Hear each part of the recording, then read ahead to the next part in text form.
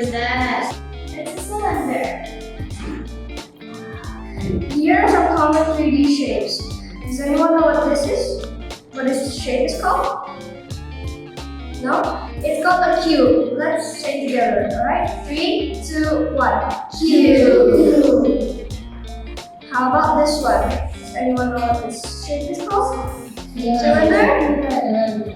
Good job. You just another start? Yeah, you gotta start. Go. You can get into the question. Good. Thank you. Let's say cylinder together, everyone. 3, 2, 1. Cylinder. Now, does anyone know what's this? Cone. Good job. It's a cone. Now, let's say cone together.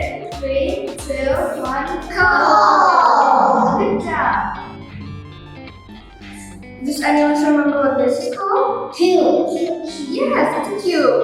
How many faces does a cube have? Let's count together. 1, 2, 3, 4, 5, 6. A cube has 6 faces. What shape do you see in a cube? What shape is the cube? What does it look like? Square? Good job. A cube has a square.